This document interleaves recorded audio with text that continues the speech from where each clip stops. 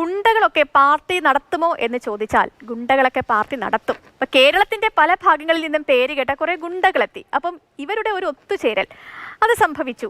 അപ്പോൾ ഈ കൊലക്കേസ് പ്രതിയുടെ ജന്മദിനം ആഘോഷിക്കാനാണ് സംസ്ഥാനത്തിന്റെ പല ഭാഗങ്ങളിലുള്ള ഗുണ്ടകളൊക്കെ ഒത്തുചേർന്നത്. ആഘോഷമൊക്കെ കെങ്കേമമായി നടന്നു. പക്ഷേ പോലീസ് മാത്രം ഇക്കാര്യം ഒന്നും അറിഞ്ഞിട്ടില്ല. ഗുരുതരമായ വീഴ്ചയെന്നാണ് നിലവിലെ വിലയിരുത്തൽ.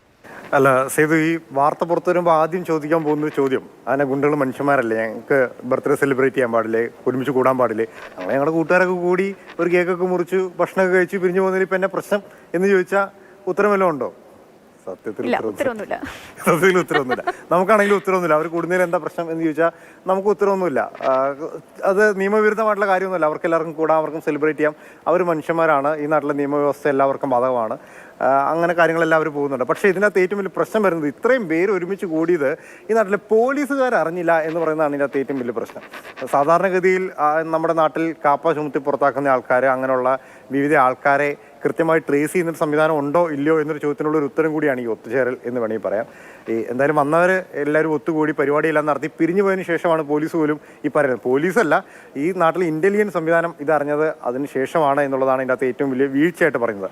അതിൻ്റെ അകത്താണ് സത്യത്തിൽ ഒരു അന്വേഷണം വേണ്ടത്. സത്യത്തിൽ ഇതിൻ്റെ പ്രധാനപ്പെട്ട വാർത്ത എന്ന് പറയുന്നത് ഇവർ ഒത്തുകൂടി എന്നുള്ളതല്ല. ഇവർ ഒത്തുകൂടിയ കാര്യം ഈ നാട്ടിലെ സുരക്ഷാ സംവിധാനങ്ങൾ കൈകാര്യം ചെയ്യുന്ന പോലീസ് അറിഞ്ഞിട്ടില്ല എന്നുള്ളത് തന്നെയാണ് വലിയ പ്രശ്നം. മാത്രമല്ല, ഒത്തുകൂടുന്നതിൻ്റെ നിയമപരമായ പ്രശ്നമല്ല, പക്ഷേ ഇവരെന്തിനാണ് ഒത്തുകൂടിയത്, ആരൊക്കെ കൂടി, ഇവരെങ്ങോട്ടാണ് അത് കഴിഞ്ഞ് പോയത്, എവിടെ നിന്നൊക്കെയാണ് വന്നത് എന്ന ചോദ്യത്തിനൊന്നും ഒരു ഉത്തരവില്ല. ഇനിയിപ്പോൾ അത് അന്വേഷിക്കേണ്ട ഉത്തരവാദിത്തത്തിലേക്ക് പോലീസ് സ്വാഭാവികമായിട്ടും മാറുകയാണ്. എന്താണെങ്കിലും വലിയ ചർച്ചകളായിട്ടുണ്ട്. കഴിഞ്ഞ വർഷവും ഇതേ സമാനമായ സംഭവം നടന്നു, ഈ വർഷവും നടക്കുന്നു, ചിലപ്പോൾ അടുത്ത വർഷവും നടക്കുമായിരിക്കും, നടന്നില്ല എന്നും വരാം. പക്ഷെ എന്ത് തന്നെയാണെങ്കിലും ഇത്തരം സംഭവങ്ങൾ നമ്മുടെ നാട്ടിൽ നടക്കുമ്പോൾ അതറിയേണ്ടവർ അറിയാതെ പോകുന്നത് ഗുരുതരമായൊരു വീഴ്ചയാണ്. മാത്രമല്ല, സേതു ചോദിച്ചൊരു ചോദ്യം ഉണ്ടല്ലോ, ഇവർ ഈ പിറന്നാളിൻ്റെ സെലിബ്രേഷന് വേണ്ടി മാത്രമാണോ ഒത്തുചേർന്നതെന്നുള്ളത്. അതിന് ഉത്തരം കണ്ടുപിടിക്കേണ്ട ആൾക്കാരാണ് ഈ ഒത്തുചേർന്നത് പോലും അറിയാതെ പോയത് എന്നുള്ളതാണ്. എന്തായാലും നമുക്കും അതിൻ്റെ ഉത്തരവൊന്നും അറിയില്ല. പക്ഷേ നേരത്തെ നമ്മൾ പറഞ്ഞൊരു കാര്യം വളരെ പ്രസക്തമാണ്. അവർക്കും ബർത്ത്ഡേ ആഘോഷിക്കാനുള്ള അവകാശമുണ്ട്.